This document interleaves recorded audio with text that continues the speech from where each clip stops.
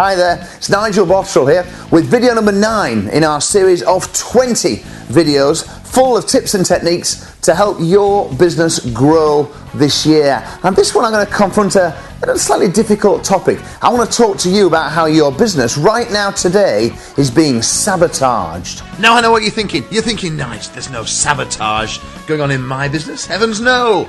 Well, let me tell you, you're wrong, because it's happening in every business, especially if you employ staff. And they're not doing it deliberately, just to be clear, and I'll prove that to you in a moment or two. An example for you, it's happening in my business as well. We discovered recently, when we introduced some tracking numbers, fascinatingly, we had a system in my business whereby our receptionist goes home at 5 o'clock. And her last thing she does at night before she leaves is she switches on the night service, so all the phones go to voicemail. And what we discovered was that on our main sales line, between 5 o'clock and 5:45, which is when I guess most of my staff leave, over a course of a week we were missing 30 calls. Well, I had the people there to answer them. I was sabotaging my own business by allowing the answers machine to be switched on at that early point. So we fixed that, we've changed it. I did a little bit of a test with some businesses in Henley-on-Thames last year. Long story short, I rang 30 of them up at 10 to 9 in the morning. Of the 30, only 18 answered the phone.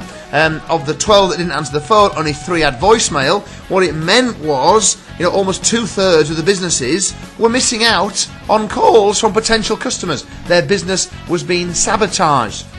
Did some work with a restaurant owner last year. Long story short, used to open at lunchtime, used to open in the evening. In the afternoon, there was nobody there. And through a little combination of events, he uncovered that actually he was missing out on a lot of restaurant bookings because there was no one there to answer the phone in the afternoon. Anyway, long story short, he now employs a barman. One person stays on all afternoon. They serve coffee and stuff. He's built a little trade there as well, more than covers the costs, and his restaurant bookings are up 20%. He hadn't looked at his opening hours. He was sabotaging his business. I had lunch, a family lunch in Carluccio's restaurant in Stratford-upon-Avon quite recently.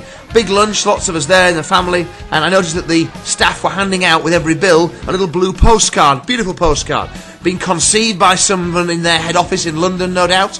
They'd commissioned a designer to put this card together, all designed to collect contact information and build a relationship with their customers. A good idea. The managers in all the restaurants had been briefed. The managers had had team meetings to tell the staff that now you serve out, when you deliver the bill, you deliver it on a silver plate with this blue postcard, and you invite people to fill in the form and to become on their mailing list and find out about all their offers, etc. It's a nice idea, it's the right thing to do, but the results are being sabotaged, because you see, in Stratford on that Sunday afternoon, no one was filling in the forms because there were no pens. Oh, the ship was being sunk, but for a heap of the tar. There was a sabotage happening in that business. They were putting these cards out there, but with no pen, and consequently, many, many fewer people were filling them in than would otherwise have been the case. So the best lesson I had on stopping sabotage in your business happened in Padstow last summer. I've got a little house down near Padstow, and I spend quite a lot of time there, particularly in the summer months. And when I do, I go to Rick Stein's Delicatessen. Now, Stein's got a number of businesses in Padstow: a hotel, a bistro, a patisserie, a fish and chip shop, a seafood school, 7 or 8 of them all together. My favourite is his Delicatessen. And I go down there usually first thing in the morning. I'm usually the first customer in the doors, and I've got to know the staff quite well in Stein's Deli, like you do in any place that you go regularly. Very surprised last summer, went in there, Rick Stein behind the fish counter. Bit of a surprise. I expressed my surprise to him.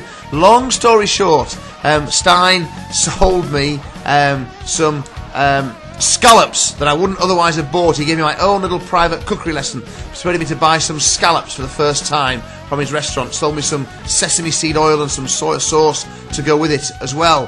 He also, as I went across to the till, encouraged Barbara, the lady on the till, to make sure she recorded my contact details so Rick Stein could stay in touch. And a number of things happened as a result of this little intervention, and I'm truncating the story a little bit in this video. But basically, Stein was in his shop that day to show his staff how to do it. Because you see, I'd been through the fish counter many times before. The fishmonger that I normally dealt with could have had many chances to persuade me to try the scallops and show me how to cook them and sell me the sesame seed oil and the soy sauce, but he'd never done it. He was sabotaging Stein's business. I'd been through that till probably 200 times before that day. No one had ever asked me for my contact details and put me on the list. Now, interestingly, I get an email now from Rick Stein every 6 or 8 weeks. Says, "Hi, Nige, Rick here." It's brilliant. I think it's all personal to me. I know it's not really. Last Christmas, he had some hampers. He emailed me and wrote to me about them. One of his nicest hampers was a £100 hamper. It was named after the village, Travone, where my house is. That's brilliant. I bought 10 hampers for my management team and some of my key suppliers and customers. I spent £1,000 with him because he sent me an email. If his staff hadn't collected that information, he would never have been able to do that. And do you know what? His staff hadn't collected that information. He had to do it. He was in there that morning showing them how to stop the sabotage. Believe you me, if you employ staff, there are things happening in your business today that are conspiring to reduce your sales, reduce your customer retention, and reduce your profits. It's your job to get sufficiently close enough, sufficiently often, to spot these things and strike them out. And that's exactly what Rick Stein was doing. Because let me tell you now, Botty rule number 8, no matter how good your staff are, no one will ever care about your business as much as you do. No one, not ever. And that's why I've put this little video in our series of 20 videos designed to help you develop and grow your business this year. You can get hold of the rest of the videos really easily. All you got to do is go to freesmallbusinessmarketing.co.uk and you can access all 20 videos, and there's lots of really great stuff in there, I promise you, that will help your business to flourish and grow this year.